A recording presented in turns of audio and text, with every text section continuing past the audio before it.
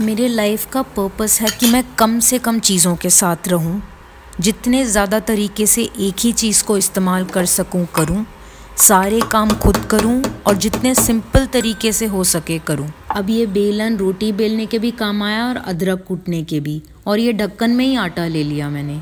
ये छलनी भी है और इसको स्टीमर की तरह भी यूज़ कर लेती हूँ मैं बिना डाइनिंग टेबल के रहती हूँ। मैं ज़मीन पे बैठ के खाना खाती हूँ। ये सूटकेस ही मेरा टेबल भी बन जाता है। अब इडली बनाने के लिए मेरे पास अगर स्टैंड नहीं है तो जो बर्तन ऑलरेडी है मेरे पास उसी में कैसे ना कैसे इडली बना लेती हूँ। और जब चीला बनाने का मेहनत ऐसे असफल होता है तो उसको भी कुछ ना कुछ बन ही जाता है, इडली समथिंग। अक्सर जला हुआ खाना लोग फेंक देते हैं या उसका मजाक उड़ा देते हैं, खाएंगे नहीं, नखरे करेंगे। मैं ऐसा नहीं करती, मुझे बिल्कुल खाना वेस्ट करना अच्छा नहीं लगता। क्या अगर रोटी चीला ये जो भी बनाते हुए वो टूट जाए तो वो खाने लायक नहीं होता? मुझे तो नहीं लगता, मैं तो खा लेती हूँ। और सैलेड खाने के बड़े नखरे हैं, ऐसे कटा होना चाहिए, ऐसे छिला होना चाहिए। सिर्फ गाजर टमाटर या कुछ पत्ते भी खाए जा सकते हैं ऐसे ही। मैं बिना फ्रिज के रहती हूँ तो मेरी सब्जियाँ ऐसे ही रहती हैं बाहर।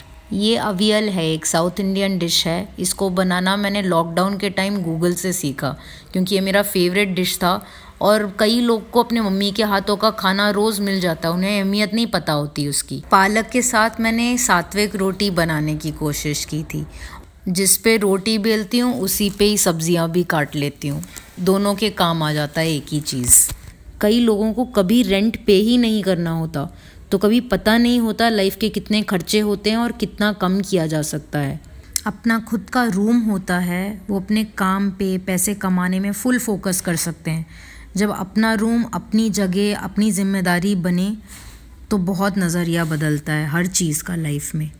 मैंने अपने लाइफ में बस इतना सीखा है कि अपने तरीके से रहने के लिए, सोसाइटी में कुछ अच्छे काम करने के लिए मुझे कभी किसी पे बोझ बन के नहीं रहना है। खाना बनाओ, पैसे कमाओ, आत्मनिर्भर बनो, कोशिश करते रहो।